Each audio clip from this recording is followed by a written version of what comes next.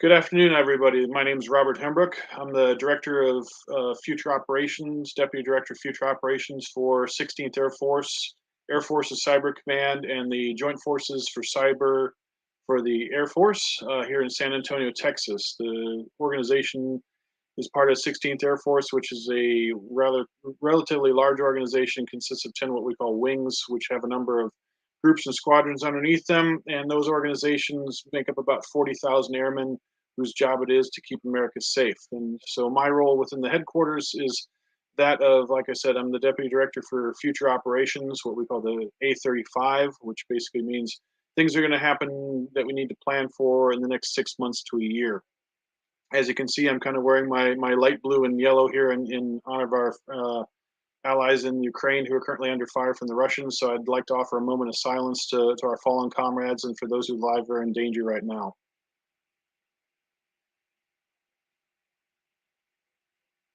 So with that put in mind, a little bit about me. So I've been doing this about 33 years coming up this summer. I started out as an intelligence analyst in the Army, enlisted back in the late 80s, still during the Cold War. There's a lot of things going on that made things very vital and up in the keen interest of the American public. Then in '91, the Cold War ended. We'd just gone through the Persian Gulf War. We came out the other side. Then suddenly the Russians surrendered. The Soviet Union was no more. We called it the peace dividend. We thought everybody would live happily ever after, but it didn't really turn out that way. And two of the key areas where warfare has changed in those intervening 30 years has been in the information space and in cyberspace. The information space is really important because you look at the propaganda that's going on right now, and you look at the way even the war in Ukraine is being managed. On the one hand, the Ukrainians will say that they shot a missile at a ship and sank the ship, and the Russians will say, "Oh no, that didn't happen. It caught on fire accidentally." And so it's all a matter of trust in who you believe. So it really makes a matter of being able to understand and believe the information environment, and who do you trust as your source of information. A lot of people get information from people who say things that they want to hear, so it becomes something of an echo chamber. And that's really one of the areas we have to watch out for in cyber, because it's lowered the bar for entry for getting information out there. It used to be if you wanted to be in the press corps and you wanted to get something printed, you were part of a large organization and a fairly large machine to make that work. Now anybody with an internet connection can set up a blog and tell whatever tale they want, however true or untrue it might be. So in terms of the way we go about what we do during our day, so like I said, I work on future operations, so things that are coming up soon. So we have both offensive and defensive cyber operations forces. So what does that mean? Well, offensive forces are the folks who go out there and perform military operations in the fifth domain of war. Warfare is pretty obvious when it's in the land domain. We walk on the land, so it's pretty simple to us. If you build a boat, guess what? You're in the water domain. You make an airplane and fly it, you're in the air domain, obviously. Space requires a really tightly sealed, really fast airplane, if you want to think of it that way. But cyberspace is different from all of those because it's man-made. We create that domain by building networks. We build those networks out of pieces of hardware and then run software on it in order to control that environment. That brings a whole new dimension, because whereas the land is pretty obvious and people may take a map and redraw names on it and rename things as they see fit to suit their worldview, it doesn't change the fact that the land is there and you can go walk on it. Cyberspace doesn't really exist and there aren't really good maps for it, for that matter. I mean, we like to joke around in the office that the best way to find out what's on your network is to ask your enemy, because they've probably scanned it more often than you have. So you have to understand what your terrain looks like, and that doesn't matter if you're trying to defend something or if you're trying to go into somebody else's environment. You have to defend that terrain, or you have to go into it by knowing what it looks like first. So understanding networking, understanding the fundamentals of network is key. Then understanding how an adversary would defend their network is key to understanding how we would attack, and then vice versa. Knowing the attack techniques and procedures are very, very important for being able to build up our defenses. So how do you do that? Right? I mean, this is not a trivial thing. It helps to have a good education. It helps to have a curiosity and an understanding. I like to say that when it comes to the analytic mindset, I can teach you the technology, but I can't teach you to think, right? You have to be able to have that analytic mindset, and some people have it and some people don't. It's not good, bad, or different either way. It's just the way your mind works and the way it's wired. So people with that analytic mindset are very key for figuring stuff out, But there's also a lot of room for people who are very good at detail and very good at following tasks repetitively, because setting up networks and making sure that they're compliant and making sure that they're safe is a very methodical process. And so people with great attention to detail are in high demand for that. Science, technology, education, math are key, obviously. You don't have to know that much math in order to be really good at cyber, but you have to understand the basics, and you have to understand the fundamentals of, like I said, that analytic mindset and that scientific mindset and the curiosity that goes with it. Those are all very, very key. So having that kind of background, that kind of experience, how do you get to be somebody like myself who's a federal employee? I started out in the military. I wore the uniform for a number of years active duty. I got off active duty, went to the reserve, and I spent a lot of time building my techniques and tradecraft in the private sector as well as in the military. So the military offers a lot of opportunity for training and a lot of opportunity to actually get out there and do that. And it also offers both the federal workforce and the military offer something that private companies don't. That is that opportunity to serve your nation and defend your nation. Because a lot of us are here, people look at the pay scales and people look at the value of what we do. Say, my, you could make so much more money if you work for a private company, but you couldn't get to do the cool stuff that we do, and you couldn't do it for our nation and to defend our other peer nations and our allies as well, because a lot of what we do is helping other partner nations. You see that in the current conflict. You see that with the way we interact with NATO. You see that with the way we interact with our other partner nations around the world. Uh, Countries are constantly asking the Americans, hey, can you come show us what you do so that way we can learn from you, so that way we can do it what we're doing better. So we'll constantly send teams down to do exchanges from a military to military or from a government agency to government agency basis to help them learn more what they do. I myself have done a number of those in Europe over the years, including Slovenia, Germany, France, Poland, lots of other locations like that around the world. And so those kind of opportunities are difficult to get in the private sector, but they're part and parcel of what we do every day. So within the Air Force, obviously we have officer and we have enlisted career fields. College graduates or people who come up to the system and go through officer training school become officers. Folks who just enlist straight off the street become the enlisted folks. And in both areas, the first several years that you start out will be an intensive amount of training, and not everyone succeeds at that training because of the type and nature of training that it is. And that's okay, because the folks who even don't succeed through the full training still have benefit in the other career fields that they fit into. So someone who's maybe not quite skilled to be an offensive operator could very easily become a network analyst and go out there and help us build those networks and keep them safe. So once you've gone through that couple of years of intensive training, then you get to send to your first unit and you get to actually put it into practice. And if you're doing the defensive side of things, you're doing that every single day, because we're never not under attack. There's a constant flow of scans. There's a constant flow of ransomware. There's a constant flow of people sending us bad malware and viruses that they try to infect our networks with. So that mission is always on and always ready, because people are constantly monitoring our network at home, so that way we can keep it safe. By at home, I mean here in the United States and within the Air Force, and protecting the Department of Defense, and by extension protecting America. Because without our networks, our ability to project power and to defend people is somewhat minimized, right? So it's a very key consideration when you look at how much information we become dependent on by traversing networks. A lot of people like to talk about the offensive side for obvious reasons. I'm not going to get into details, but this is one of the few places where you get to practice that. And so the techniques and procedures that you learn, the tactics, techniques, and procedures that you learn and develop, it involves a lot of planning. It involves a lot of ensuring that you're within the law, ensuring that you're within policy, and that you're ensuring that what you do doesn't have spillover effects into something else to cause a negative to happen when you're trying to do your mission and get it done. So again, it requires a lot of planning.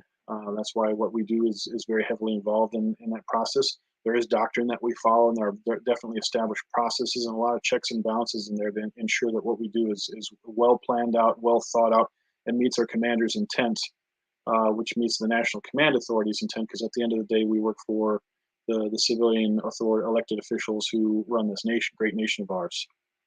So it's really critical that you have the kind of skills that you need built in when you show up, but understand that there's a lot of opportunity to learn once you arrive. And so there's good opportunities in the DoD. That goes for all four services, and also outside of DoD within the Coast Guard as well. We have some Coasties who work with us here in San Antonio, and they're a great bunch of men and women who are doing great stuff for their department, not within the Department of Defense. So being able to learn and acquire those skills, then what do you do with them every day? Well, like I said, if you're on the defensive side, you come in and it's pretty much all on all day, whether you're an incident handler, whether you're doing policy, whether you're doing site surveys where you go out and check people's networks, check the health of them, help them make them better, because networks by their nature need constant care and feeding in order to make sure that they're safe and secure and compliant with all the policies and regulations we have to follow in the interest of keeping that network safe and to be able to deliver services.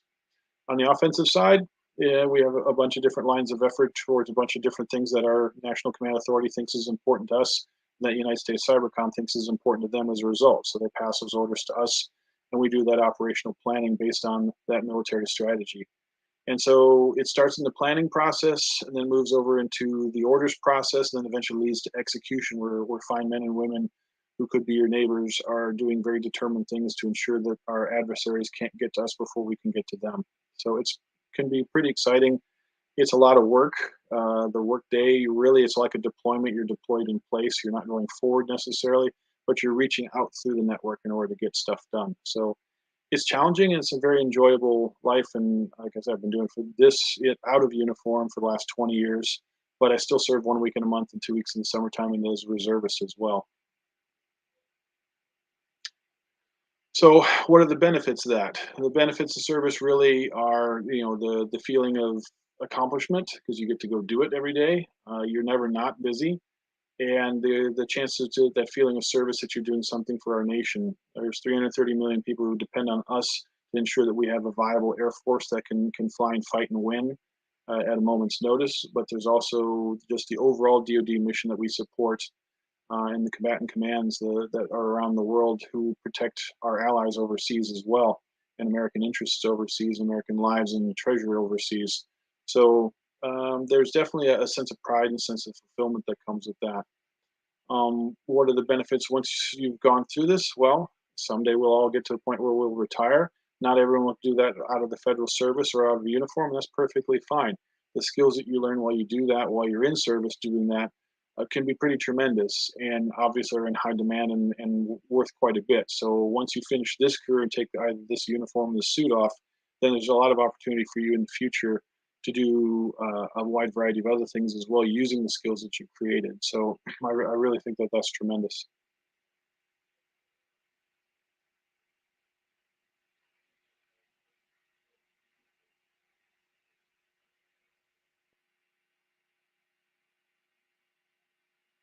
So there we go. Well, I wanted to pop back in. I know this would be just great by yourself, but I think we have a couple of very I would say interesting questions and angles to see how we can encourage more young people to go and get into the cyber, both in the offensive and the defensive side. And there's different types of skill set required. Preparation for that could be as early as high school, even younger, right? How do Yep. you go about? I'm putting on the hat of a scout and see, where do I find good candidates, right? Because the earlier you can get, you can get them coached outside the system and then bring into the system, and they're ready for it. What are your thoughts about that, Robert? Well, I've had the great opportunity here in San Antonio, and thanks to the beauty of technology across the country, to work with some really great schools, school age kids from all ages, starting like fifth, sixth, seventh grade, all the way up through high school students. And there's several different areas that they can work on. There are schools that practice like STEM challenges or science and technology challenges where they'll have actual cyber patriot groups get together and practice hacking and practice defensive measures and learn the ins and outs of the network at a very early age. I mean, I started plonking away on computers when I was like 12 years old on an Apple II, which kind of dates me, I know, but uh, finding people who have that curiosity and have that interest early on, and then giving them the structure and the skills to get after it, like the things that the magnet schools do or the cyber patriot schools do. But you don't have to depend on having a great school to do that. Anyone can get after that because the information is widely available, and there are courses you can take. There's online tutorials you can read. So that kind of information is available. But I'm particularly encouraged when I see the types of questions and the type of interest that comes out of these participation events I do. One I did, I don't remember the exact span scope, but it covered schools in 7 different states. I don't remember how many schools it was, but it was close to 100 kids in 7 different states. All of them bombarding me really with questions about what life was like to do this kind of thing and the skills that you could learn to go do. And so the prep for that information is there. And of course, when you get to the university level, now there are universities like University of Texas San Antonio has an entire program in cybersecurity, so they have a curriculum for that, which will help give you the leg up that you need on a lot of that. No, that's fantastic, and we are in great and deep collaboration with UT San Antonio. So absolutely recognize and appreciate and actually voice over what you just said. One thing that I think is a lot of questions we get around is, does it need to be deep technical skills? What are the other skills that are required? And probably in some cases, we just work with or talk with our friends in NSA, and they have linguistic skills, which is very much required, right? So, Yep. how can we broaden the horizon of or beyond the tech? Well, like for instance, in my role as an future operations planner, a lot of what I do is not that deeply technical. You have to have the technical background to understand what type of things you're trying to do to either defend a network or to get into somebody else's network or keep them from getting into yours. But a Mm-hmm. lot of what I do is program management. So understanding the basics of like the PMBOK, PMP type management structures. What is the difference between a program versus a project versus a task? Understanding how to organize small units of people, basic leadership, which is one of the benefits of wearing the uniform for a number of years, is that just basic leadership skills. Because let's be honest, a lot of the folks who get involved in the tech aspect of that tend to be introverts and maybe don't have the greatest of standing in front of people and telling them what to do skills. But that is a skill that is highly prized. So somebody who's both a technical operator and has great leadership skills is a very highly prized position. So anything you can do to kind of bone up on that, starting with this as simple as How to Win Friends and Influence People by Dale Carnegie. No, that's not a shameless plug. I'll get no money for that. But something like that that just teaches you the basics of human interaction. Learning about emotional intelligence, learning about what your leadership style is or what your learning style is. Things like Myers-Briggs personality type profiles, those sorts of things. The more you can learn about yourself, the better person you become, and that allows you to interact more effectively with people because you may have the brightest solution there possibly is, but if you can't explain it to someone well, or if they're not willing to listen because they don't have the right skill set, then the two of you are going to clash. So learning how to understand people and learning how to understand how they interact and learning how to lead and to build that coalition of the willing and a team of people and get them task organized. And at the end of the day, it all comes down to money. So people who understand budgeting, people who understand how to use money on the acquisition side will pay off in great dividends, if you pardon the pun, for those of us who are doing the work. But also, a lot of finding bad guys involves following the money. So, Department of Justice makes a great skill out of that, particularly in terms of tracing the money to trace down the bad guy. Well, in the cyber world, it works exactly the same way. If you want to find out where someone's getting the money so that way they can have the lavish lifestyle that makes them a threat in the first place, well, then follow the money and figure out what they're doing to earn it so that way you can help stop it. Yeah, no, absolutely. I think that the ways you can go around for the different functions and domains in cyber is so broad that you can apply literally any skill to it. Be it someone who can just code under the basement with a hoodie on, which typically is what is shown as the cyber skills, but not necessarily that. There is so much broad Mm-hmm. skills that could be applied to it.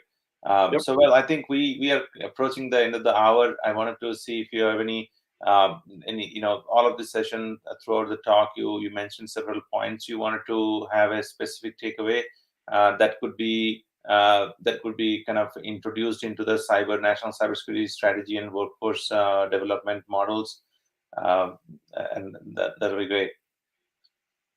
Kind of a key takeaway for the leaders that are putting that together. Key takeaways from Key my takeaways viewpoint. for national cybersecurity strategy at a broader level, right? Beyond Okay. the defense side. Yeah, I mean, I think the key takeaway I would look at is ensuring that we understand what we own, right? Having a good understanding of your network and how it got to be the way that it is, and then having a good understanding of what the threat is to that. It's very easy to fall into the trap of, well, I complied with all the regulations, so I must be safe. That's Yeah. not really necessarily true.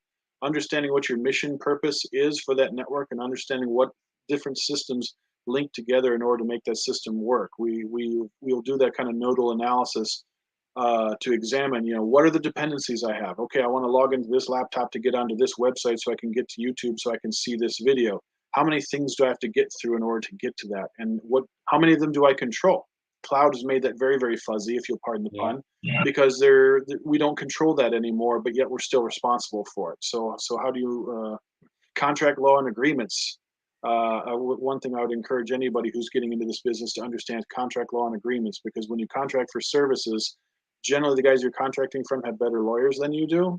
So it helps to understand how that works and find people who've been successful at that in the past. Absolutely. Well, no, thank you for that, and thanks for for the session altogether. So we're looking forward to getting these takeaways in kind of in an actionable package that we can really work on for the next few months. This is just the beginning of the work that we're doing. So thank you for sharing your experience and your knowledge with us. Thank you, Robert. I genuinely appreciate the opportunity. Thank you. Absolutely.